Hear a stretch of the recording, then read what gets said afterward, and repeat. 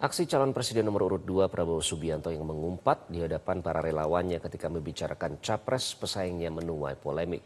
Badan Pengawas Pemilu menilai umpatan tersebut dapat dikategorikan sebagai pelanggaran pidana pemilu.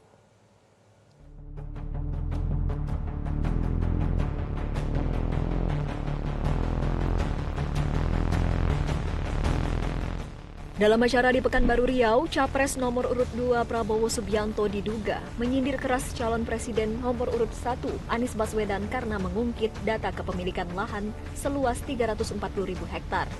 Prabowo pun menilai urusan penguasaan lahannya tidak perlu dibawa ke dalam debat Pilpres. Saudara-saudara, ada pula yang nyinggung-nyinggung. Punya tanah berapa, punya tanah ini.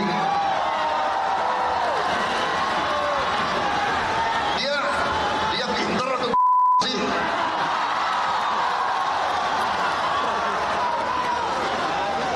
Dia ngerti nggak ada HGU, hak guna usaha, hak guna bangunan, hak pakai, iya kan?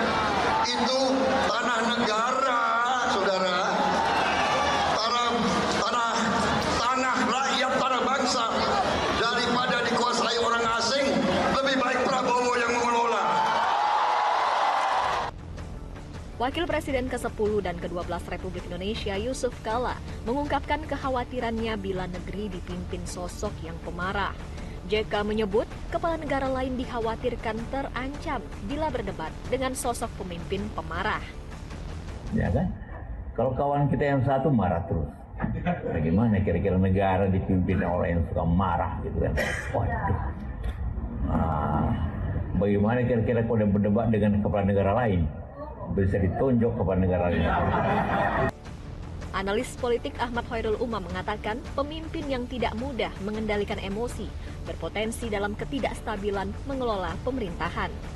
Kalau bisa bicara tentang pemimpin yang eratik, yang tidak mudah untuk mengendalikan emosi, mudah berubah-ubah, tentu hal itu berpotensi kemudian menjebak yang bersangkutan misalnya ketika mendapatkan amanah untuk kemudian masuk dalam sejumlah kubangan kontroversi, sehingga kemudian seringkali dihadapkan pada realitas instabilitas pengelolaan pemerintahan itu sendiri. Marah itu dianggap sebagai sesuatu yang tidak pada satu titik stabilitas emosional. Dan itu seringkali kemudian tadi menciptakan strategic miscalculation. Ketua Bawaslu Rahmat Bagja menilai umpatan Prabowo dapat dikategorikan sebagai pelanggaran pidana pemilu. Namun sejauh ini pihaknya belum menerima laporan dari Panitia Pengawas Pemilu soal temuan dugaan pelanggaran pidato Prabowo.